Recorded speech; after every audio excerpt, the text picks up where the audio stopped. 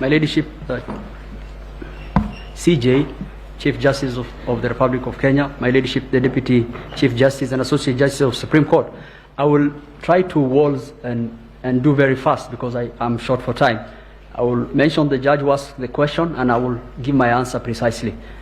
Justice Ouko asked the question that 33,000 votes, there's a variance of 33,000 votes between governor and president. Nothing could be further from the truth. The variance between the presidential and the governor is 24,000 votes. The same can be accounted for stray ballots. He asked the question, what are the stray ballots all over the country? We have to look at all those ballot boxes to get what are the exact stray ballots in those. But I did a bit of analysis and I've attached the analysis in Kibra and in Makadara. It is 2 per polling station.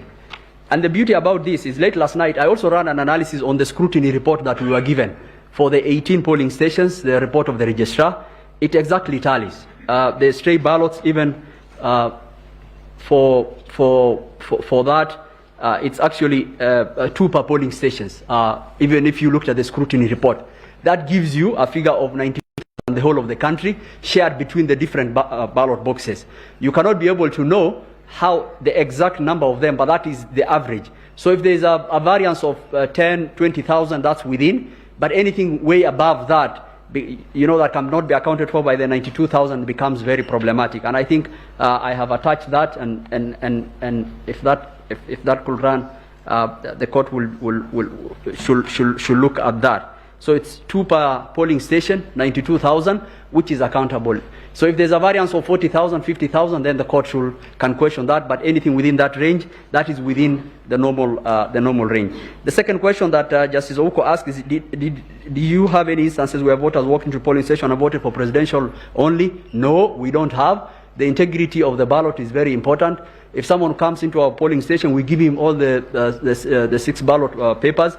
He can do whatever we want with them, but he cannot go out with them.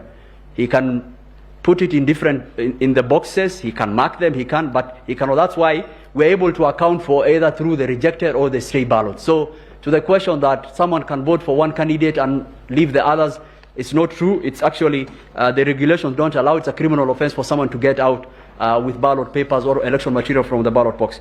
The second question that has been asked is, Justice Ouko said the voter turnout, you say that there were 45,994 polling stations, out of which 46,299 polling stations were identified through KIMS. So only 235 were identified manually, out of which 6 did not have any election taking place because of violence, 229. I think the number you are interested is how many people voted manually, 86,889. 86,889. And the registered voters in those polling stations is 114,917. 114,917. 114,917. The interesting thing is we provided all the KIMS return. If you look at the affidavit of Michael Ouma, we provided all the KIMS returns. So you can check the KIMS returns as against how many people voted manually. Justice Ouko also asked a question. Justice Ouko asked the question that that is the number of the 86,889. Those are the people who voted manually. So the integrity of this process is very important because the other ones can be accounted for by the kits, right? The second question, Justice Ouko said, Omtata says 1,665,412 people curiously voted for when the polls close. And I think this is a faulty analysis, and you really have to understand how the kit works, right? So when you open the polling station, the kit sends a message that we have opened the polling station, we are ready for action. People pass through it, it sends automatic returns. It pings to the nearest network, sends automatic returns over the period of time. If it's not able to get the network, it will keep that information for the next 2 hours. Yeah. So that is how the number changes. The polling will close, but some kits will be sending the people, how many people went through. And it's only when we know when all the KIMS have transmitted and we know how many people have voted manually that you can be able to look at it. So polling ends at 5 p.m. There are areas that voting commenced on 6 a.m. on the next day. Some places in Eldas, Kim's reported happens once the network, once it has network and it requests to connect. So I think it's a false analysis, because he says at 5 p.m. we should have known the whole turnout. It's not true. Kim's will keep on giving that information.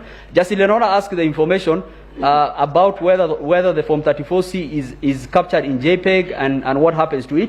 I humbly want to donate a Kim's kit to the court, a training one for the court to see itself. I have given a dummy form, a training Form 34A. I have also given the password. The courts can take the picture and actually see what happens. The kit takes the image, and it's on the image that actually the conversion happens on PDF. We don't do any JPEG, and there's a reason for that.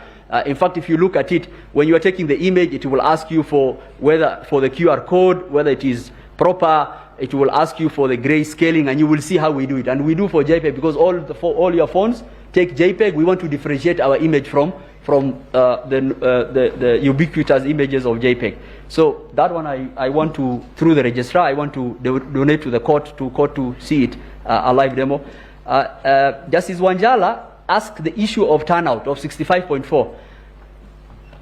I want to tell this court, at paragraph 30 of the affidavit of the chairman, that clarification was sought and it was given. And the chairman, and there is a video to it actually, the chairman clarified, and he said the turnout is not 65.4, it is 64.6. In fact, you will see Martin Nyaga rushing to the chairman, telling him, the person who was in charge of the cumulative of the turnout, telling him, no, that is erroneous. So the number is 64.6 at the point where he made. Is turnout really important in the declaration? I want to tell this court, there is this fascination by the petitioners on turnout. We don't use turnout to determine the presidential election. I think that is the base to start from. The reason why we give turnout is a measure of transparency and integrity, to know how many people pass through the kit. And the problem with it is a lot of people don't understand how these kits work. If you look at the numbers I gave on that screen, you will see, in fact, if you look at 2045 hours, 63.6 and 64.6, you will see that the total registered voters on 9th August 2045 is 21 million, under the Kim's 589,961. On 10th August is 21,926,565. If you deduct those numbers and you compare to the people who are actually identified by the kits, actually the people who are identified by the kits is more than this number. And a lot of people will say, oh, why do we have more people who are registered in those stations than people voted? It happens. And because the relationship between the people who are identified in the kit and those total number of voters in those polling stations is not a linear relationship in this sense. So 9th August 2045, a kit will report 10 people. So we'll say 10 people have been identified in those kits, but the number of registered voters is 700. We will add in the total number of registered voters. You reached 10th August 240. That kit has already given its maximum registered voters in the original reporting. But people will keep on passing it. When another 20 people pass through, the kit will report 20 people have passed me through. So we will say the voters identified as the KIMS has increased. But we don't increase the registered voters in those polling stations because it is already reported. So the relationship is not one-to-one. And you have to understand, and this is the confusion that is coming, we have to understand, the only way you will know the total registered voters is when all the KIMS have reported. So when all the KIMS had reported, because this is a snapshot of that information in time, when all the KIMS had reported, the voter turnout was 64.7103. So what was remaining that time? Only the manual voters. How many? 86,899. So it's good to understand that, because if someone just looked at this information, you will come with all manner of confusion. So the kit will report, once one voter passed through the kit, we say one voter identified, but the column of registered in that polling say we put 700. But the voters will keep on going through the kit. So as people go through the kit, we'll keep on increasing the voters identified in that kit, but the number of registered voters will remain constant. The issue of the Venezuelans, they were involved in deployment of infrastructure and the servers platform. They did not have any access to the RTS. Look at the affidavit of Michael Ouma. Look at the affidavit of Hilda Kavongo. It actually shows the kind of rights they had. There was no unauthorized access, and in fact, the scrutiny report will bear that out. Did the postponement of elections in those counties only affect presidential voter turnout? I have indicated that is a hypothesis that has been laid out before the court. It is not borne out by the data. In fact, the voter turnout was comparatively the same. If there is no agent, Justice Mulu asked if there is no agent, what happens? The integrity, the processes that we have in terms of the KIM's return, in terms of the portal, even if there is no agent, we can actually confirm what happened. So it's not the role of even if someone said I did not have an agent, but my votes have been tampered with, we can be able to find out. Demonstrate, I have, go to the last page. In the 40 seconds, Madam CJ, I can demonstrate that. If you look at that form, that is a form, the agent copy. If you look at the second last one, where it starts from demonstrate, 34A, please. So look at that form. So side by side, it's the agent copy and what is in the portal. We have marked all the places that what is wrong with that form. What is wrong with that form? If you look at the elevation of the camera, same. If you look at the IEBC logo in the background, both images, same. If you look at the exact paper fold in the bottom left corner of both images, same. The image is brightened to show that it has undergone editing. That's the top left is dark. The agent copy is in JPEG. The form is uploaded on our form is uploaded on the portal 10th of August 2022 at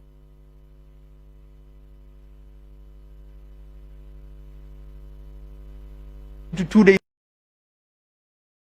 Actually, you can check all the edits. Sorry, Counsel, you are not being recorded, but we suggest that you take the next 2 minutes and finish. Please put the machine back.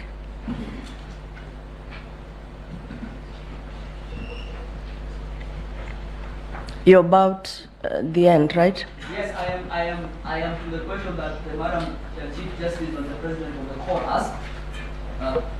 I gave two examples. If you can just go back, I think I'll start with the first one. The 185, yeah. If you can go back. We'll give you 5 minutes, see what you can do with it. Yes, yeah, thank you so much, Madam CJ. So what we did is we just took the form they provided us and we juxtaposed as against what we have. And we've marked all the places what is wrong with that form. And what is wrong with that form?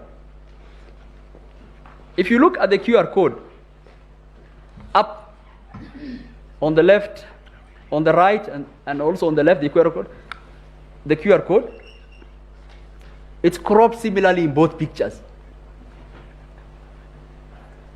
The IEBC logo underneath the document coincides with what was the pressing officer. It's actually an impossibility. I've given you a form to take a picture, and what you are producing me is actually underneath the logo of the document, the IEBC logo that the presiding officer was using. So I've given you your form, you're taking your picture for your agent, and you're using the same that the IEBC PO was using.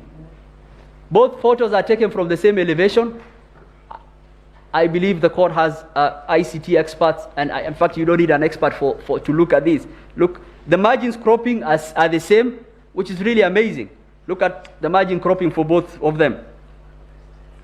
And there's no any other conclusion. What people were doing is that you will download, because there's no way you can be able to get our forms are different, and this form has gone through many processes from the polling station, county tallying, constituency tallying center. So the forms are ubiquitously available. They are available everywhere. The only way you can be able to do anything about it is you have to download our form and try to do tamper with it, what the agents in this case were doing. If you can go to the second one. This is the one I was describing. In fact, this one has, it even has the timestamp of their form, JPEG. We don't do JPEG. This form was relayed to them 2 days later. The elevation of the camera. And I have noted all the things that are wrong, the exact same poll. It's an impossibility. I mean, you have 41 polling stations all over the country, and the form they are giving is at the same elevation as what we have given. The picture that our PO took on the background of the Kim's kit is the same. And you can tell, and the reason why we were saying that it's an impossibility is because there's nothing else you can change from those forms. You cannot change the signature of the agents. It's an impossibility. The only thing you can change is the tallying. You can try changing to JPEG and try to amend the tallying. And that is really important. That is the crux of this matter, and the court has to look at that and actually make a finding. I will try to also, to Justice Ouko's question about the stray ballots. I just want to mention that the court report bears out the assertion of the IEBC. If you look at the report that was done relating to the stray ballots, I went through the court report and actually tallied the stray ballots. It is 2 per polling station. If you project this to the whole country, there will almost 90,000 stray ballots. And the way you account for stray ballots is they are put in the polling day diary, PSD.